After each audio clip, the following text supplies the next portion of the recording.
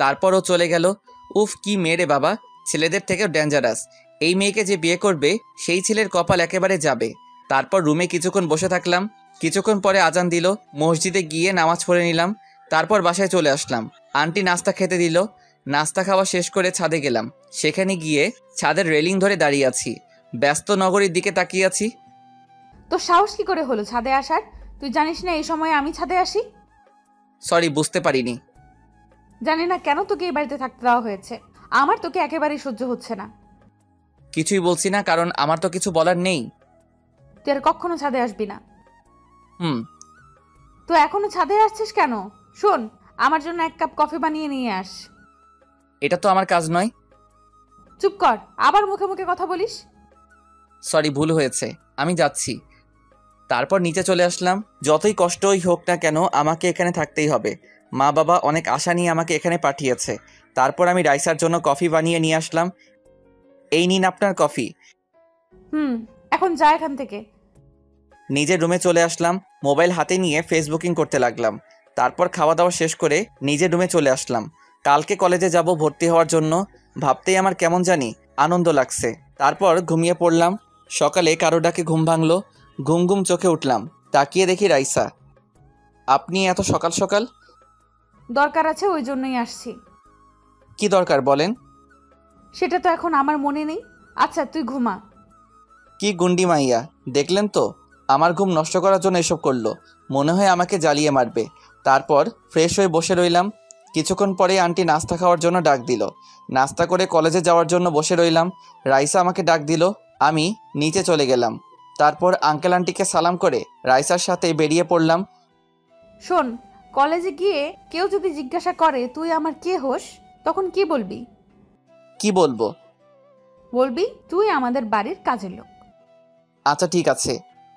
তোর মতো খ্যাতের সাথে আমি কলেজে যাচ্ছি, ভাবতেই পারছি না। খ্যাত তো কি হয়েছে, আমরা কি মানুষ না? বাহ, তোর মুখে তো কথা ফুটেছে। আগে কলেজে চল, তারপর তোকে দেখছি। হঠাৎই আমার মোবাইলে একটা কল আসলো। গ্রাম থেকে আমার মা কল দিয়েছে। আসসালামু আলাইকুম আম্মু, কেমন আছো? আমরা ভালো আছি, তুই কেমন আছিস? জি আম্মু, আল্লাহর রহমতে ভালো আছি। তোর বোনের সাথে কথা বল। ভাইয়া কেমন আছিস? ভালো আছি পেতনি, তুই কেমন আছিস? তোকে অনেক মিস করছি, প্লিজ তুই চলে আয়। দেখ বোন আমার, প্লিজ মন খারাপ করিস না। তুই তো জানিস ভাইয়া এখানে কেন এসেছি। হুম। মন খারাপ করিস না, কিছুদিন পরেই তোদের দেখতে আসবো। সত্যি বলছিস? ও অনেক খুশি হয়েছে। আচ্ছা ঠিক আছে, এখন রাখি, পরে কথা বলবো কেমন? ফোন কেটে দিলাম। এতক্ষণ কার সাথে কথা বললি? বোন আর মায়ের সাথে। ভালো। হঠাৎই রাইসা গাড়ি দাঁড় করালো। কি হলো, গাড়ি দাঁড় করালেন কেন? নাম, কলেজে আসছি। তারপর গাড়ি থেকে নেমে রাইসার সাথে কলেজের ভিতরে গেলাম। ভিতরে যেতেই কালকের মেয়েগুলোকে দেখতে পেলাম। সুমাইয়া তো আমাকে দেখে খুশি হয়ে গেল। চল তোকে ভর্তি করিয়ে আসি। তারপর রাইসা আমাকে কলেজে ভর্তি করিয়ে দিল। রাইসা ক্যাম্পাসে আসলো, আমি ওর পিছন পিছন আসলাম। হঠাৎই দেখতে পেলাম একটা ছেলে রাইসার পিছনে হাত দিতে যাচ্ছে। দেখে বকাটে মনে হচ্ছে। এটা দেখার পরেই আমার মাথা গরম হয়ে গেল, কারণ মেয়েদের সাথে কেউ খারাপ কিছু করতে চাইলে আমার অনেক রাগ উঠে যায়। আমি সাথে সাথে দৌড়ে গিয়ে ছেলেটার বুকে একটা লাথি মারলাম। সাথে সাথে ও নিচে পড়ে রাইসা যেন হাঁপ ছেড়ে বাঁচল। তোর এত বড় সাহস, তুই আমার গায়ে হাত তুললি? তোর সাহস কি করে হলো ওনাকে টাচ করার? কেন রে, ও তোর কি হয়, বউ হয় নাকি? এ কথা বলতেই ঠাস করে চড় দিলাম। ওর এই অবস্থা দেখে ওর দলের ছেলেরা আসলো আমাকে মারতে। একাই ওদের সবাইকে মেরে তক্তা বানিয়ে দিলাম, পুরো সিনেমার মতো। রাইসা সহ বাকি সবাই আমার দিকে হা করে তাকিয়ে আছে, হয়তো বিশ্বাস করতে পারছে না আমি একাই ওদের কাবু করে ফেলেছি। ছেলেগুলো সবাই ওখান থেকে পালিয়ে গেল। হঠাৎই একজন স্যার আসলো। এখানে এসব কি হচ্ছে? ওনাকে সব খুলে বললাম। সব শোনার পরে উনি বললেন, আমার সাথে অফিসে আসো। এ কথা শোনার পর সাথে সাথে ভয় পেয়ে গেলাম, কারণ কলেজে ভর্তি হয়েছি যে এখনো 1 ঘন্টা হয়নি, এরই মধ্যে মারামারিতে নিজেকে জড়িয়ে ফেললাম। যদি কলেজে থেকে আমাকে বের করে দেয়। তারপর ভয়ে ভয়ে স্যারের সাথে অফিসে গেলাম। উনি আমাকে প্রিন্সিপাল স্যারের রুমে নিয়ে গেলেন। ছেলেটাকে নিয়ে এসেছি। আপনি এখন যান। আসসালামু আলাইকুম স্যার। ওয়ালাইকুম আসসালাম। স্যার আমাকে কেন ডেকেছেন? তুমি তো এই কলেজে নতুন ভর্তি হয়েছো আজকেই। জি স্যার। তা এর মধ্যে নিজেকে মারামারিতে জড়িয়ে ফেললে? কি করব স্যার, অন্যায় দেখলে নিজেকে ঠিক রাখতে পারি না। তুমি যাদের মেরেছো তারা কে জানো? ওরা কে এটা জানার আমার দরকার নেই। আমি শুধু জানি ওরা অন্যায় করছিল, তাই ওদের শাস্তি দিলাম। ওরা হলো এই এমপির লোক। সত্যি কথা বলতে আমরাও ওদের ভয় পেতাম। ওরা এই পুরো কলেজে রাজত্ব করত আর ছাত্রছাত্রীদের র্যাগিং করত। আপনারা সবাই এতদিন চুপ করে ওদের এইসব সহ্য করছিলেন। এই ছাড়া আর কিছু করার ছিল না। ওদের অনেক ক্ষমতা, এই কারণে ভয়ে কিছু বলতো না। ও এখন তুমি ক্লাসে যাও, তোমার ক্লাস শুরু হয়ে গেছে। Okay sir. আর শোনো, সাবধানে থেকো, ওরা তোমার উপর আক্রমণ করতে পারে। তারপর আমি ক্লাসরুমে চলে আসলাম। রাইসা ওর বান্ধবীদের সামনে টেবিলে বসেছে। পিছনে একটা টেবিল খালি দেখতে পেলাম, ওখানে গিয়ে বসলাম। ওই দেখ, আমার হিরো চলে এসেছে। এই তোরা বাজে বকা বন্ধ কর তো। আহ, কি মারটাই না দিল, একেবারে সিনেমার। এই না হলে আমার হিরো। তো এখানে বসে আছিস কেন? যা তোর হিরোর সাথে গিয়ে কথা বল। সেটা তোকে বলতে হবে না, এবার থেকে আমি ওর সাথে বসবো। ওকে ম্যাম, যান আপনি, আপনার জন্য উনি অপেক্ষা করছে। যাচ্ছি তো। তারপর সুমাইয়া ব্যাগ নিয়ে আমার পাশে বসলো। Hello mister, how are you? এই বলে হাতটা বাড়ালো হাত মিলানোর জন্য। ভালো আছি, আপনি কেমন আছেন? হাত মিলাইনি দেখে সুমাইয়া আমার দিকে কেমন করে তাকাচ্ছে। এই, তুমি আমাকে আপনি করে কেন বলছো? অপরিচিতদের আমি আপনি করেই বলি। আমরা তো এখন থেকে ক্লাসে পড়ি, আর তোমাকে আমি চিনি। কিন্তু আমি আপনাকে চিনি না। আরে এখন বকা বন্ধ করেন, ক্লাসে স্যার এসেছে। দেখ, এই কার্টুনটার সাথে কি প্রেম করব? ও তো দেখছি আমার সাথে কথাই বলতে চাইছে না। এই রাইসার সাথে না বসে আমার কাছে কেন আসলো? নিশ্চয়ই কোনো মতলব আছে। স্যার ওনার ক্লাস করাতে লাগলেন, সবার সাথে পরিচয় হলেন। ক্লাসটা ভালোভাবে করতে পারি নাই। পুরো ক্লাস সুমাইয়া বকবক করেছে। ক্লাস শেষ করে স্যার চলে গেল। এই ছেলে, তোমার এত ভাব কিসের? চুপ করে আছি। কি হলো, কথা বলছো না কেন? আমি তোমার সাথে কথা বলছি, আমার কথার উত্তর দাও। এবার আমি উঠে অন্য একটা টেবিলে গিয়ে বসলাম। এটা দেখে সুমাইয়া রেগে হনহন করে রাইসার কাছে চলে গেল। আজ তো একটা হনুমান, ও তো আমাকে পাত্তাই দিল না। এই, হাসবি না বলে দিলাম। ও তোকে জীবনও অ্যাকসেপ্ট করবে না। কেন করবে না? তুই বললে অবশ্যই। প্লিজ দোস্ত। করবে না কারণ আমি। এই কথা বলেই রাইসা থেমে গেল। বল, তুই কি? কিছু না, কথা না বলে চুপ কর, স্যার আসছে। এভাবে প্রত্যেকটা ক্লাস শেষ করলাম। আপনাদের বলতে ভুলে গেছি, আমার একটা নতুন ফ্রেন্ড হয়েছে। ওর নাম হলো সাখাওয়াত। আমি গাড়ির কাছে এসে রাইসার জন্য অপেক্ষা করলাম। কিছুক্ষণ পরে ও আসলো। আমি পিছনে এসে বসলাম, ও সামনে বসে গাড়ি চালাচ্ছে। আজকে তোকে হিরোগিরি দেখাতে কে বলেছে? হিরোগিরি মানে? আমি হিরো হলাম কবে? আমার জন্য ওদের সাথে মারামারি করেছিস কেন? ওরা অন্যায় করছিল। আর আপনার জন্য মানে? আপনার জায়গায় অন্য কেউ থাকলেও আমি ঠিক একই কাজটা করতাম। বেশি স্মার্ট হওয়ার চেষ্টা করবি না। বুঝলাম না। আর শোন, সুমাইয়ার থেকে দূরে দূরে থাকবি। ও তোর সাথে কথা বলতে আসলে তুই বলবি না। শুধু সুমাইয়া না, কোনো মেয়ের সাথেই যেন মিশতে না দেখি। যেমন আপনার ইচ্ছে। এখন গাড়ি থেকে নাম। কেন নামবো? আরে গাধা, বাসায় চলে এসেছি।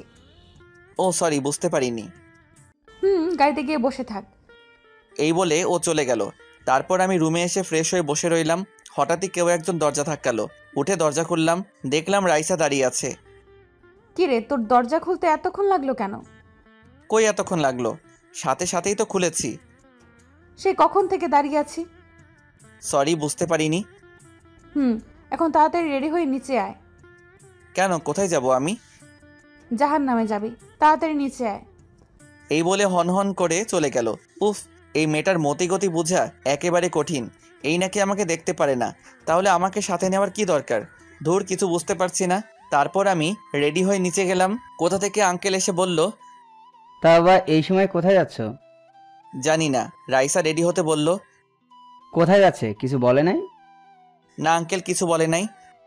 আচ্ছা ঠিক আছে, ও যখন বলেছে তাহলে যাও। আর শোনো, ওর খেয়াল রেখো। ওটা নিয়ে আপনাকে চিন্তা করতে হবে না। বাবা, আমি জানি। রাইসা দেখে থমকে গেলাম, সাথে ক্রাশও খেলাম। রাইসা একটা সাদা পোশাক পরেছে, যা তার ফর্সা শরীরে বেশ মানিয়েছে।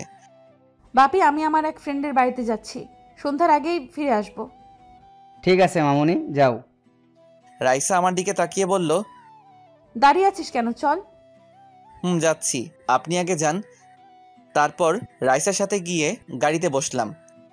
আচ্ছা, আমরা কোথায় যাচ্ছি? বলছি না জাহান্নামে যাচ্ছি। আপনি আমার সাথে এমন করেন কেন? আমি আপনার কি ক্ষতি করেছি? চুপ, মুখে কথা ফুটেছে। নিশ্চুপ। আমার মনটা খারাপ হয়ে গেল। বুঝতে পারছি না উনি চাইছে এটা কি। আমি তো ওনার কোনো ক্ষতি করিনি। একটা কথা বলবো? বল। আপনি কি আমাকে সহ্য করতে পারছেন না? যদি না পারেন তাহলে বলুন, আমি চলে যাব। তুই কিন্তু এবার আমার রাগ বাড়িয়ে দিচ্ছিস। যা বলছি তার উত্তর দিন। বলছি তো আমি চলে যাব। তোকে তো আমি পরে দেখে নিচ্ছি, এখন গাড়ি থেকে নেমে আমার পিছু পিছু আয়। আমি যাব না, আপনি যান, এখানে আমার ভালো লাগছে। আমি কিন্তু এক কথা বারবার বলি না, আমার পিছু পিছু আয়। আপনি যান, আমি আসছি। তারপর রাইসা ভিতরে গেল। বাড়িটা খুব সুন্দর করে সাজানো হয়েছে। মনে হয় ভিতরে কোনো অনুষ্ঠান হচ্ছে। মনে হয় কারো জন্মদিনের পার্টি দেওয়া হয়েছে। আমি গিয়ে সোফায় বসলাম। দূরে দেখতে পেলাম রাইসা কিছু মেয়ের সাথে বসে বসে গল্প করছে। আমাকে দেখিয়ে দেখিয়ে কি যেন বলছে। হঠাৎই ওই মেয়েগুলো আমার দিকে আসতে লাগলো। চারপাশ থেকে আমাকে ঘিরে ধরলো। কে আপনারা? আর এভাবে আমাকে ঘিরে ধরেছেন কেন? মেয়েগুলো বলল, রাইসার পছন্দ আছে দেখছি, না হলে এরকম একটা ছেলে, উফ কি বডি, আমি তো একদম ফিদা হয়ে গেলাম। আরেকটা মেয়ে বলল, শুধু তুই কি রে, আমরা সবাই তো ফিদা হয়ে গেছি। এই চলো না, আমরা দুজন দূরে কোথাও পালিয়ে যাই। কি সব বলছেন অসভ্য কোথাকার? আরে পালিয়ে যাওয়ার কথা বলছিলাম। এইভাবে মেয়েগুলো আমার সাথে হাসি ঠাট্টা করতে লাগলো। এসব দেখে রাইসার আগে ফুঁসছিল। রাইসা মনে মনে বলছে, আমার সাথে কথা বলতে আসলে তো মুখটা পেঁচার মতো করে রাখে, আর এখন মুখ দিয়ে মধু ঝরছে। হঠাৎই একজনকে দেখে আমি থমকে গেলাম। সে হলো সুমাইয়া। কিন্তু ও এখানে কি করছে? আমাকে দেখে ফেললো, সাথে আমার কাছে আসলো। তুমি এখানে কি করছো?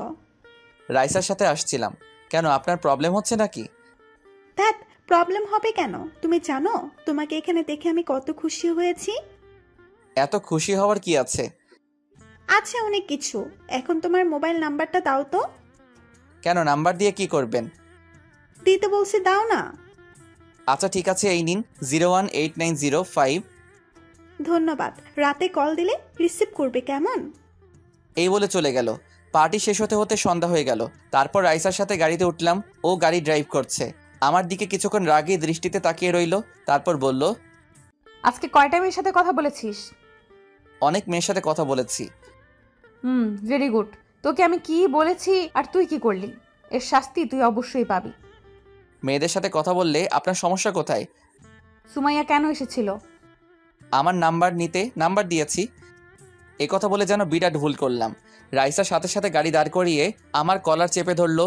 ওর চোখ দিয়ে যেন আগুনের লাভা বের হচ্ছে। কি হলো, ভূতে ধরলো নাকি? এমন করছেন কেন? এখন তোর ঘাড় মটকাবো। তুই ওকে নাম্বার দিলি কেন? উনি চেয়েছেন তাই দিয়েছি। ওর সাথে যদি তোকে ফোনে কথা বলতে দেখি তাহলে তোর এমন হাল করব, দেখিস। কি করবেন আপনি? দেখতে চাস কি করব? এই বলে উনি আমার গালে একটা কামড় দিলেন। এটা কি হলো? এটা তোকে নমুনা দেখালাম, ওর সাথে যেন কথা বলতে না দেখি। আচ্ছা ঠিক আছে, বলবো না। না বললেই তোর জন্য ভালো হবে। এরপর কি হয়েছে জানতে চাইলে সাবস্ক্রাইব করে পাশে রাখা বেল আইকনটি বাজিয়ে রাখুন পরবর্তী পার্ট মিস না করতে চাইলে। ধন্যবাদ সবাইকে আমাদের পাশে থাকার জন্য।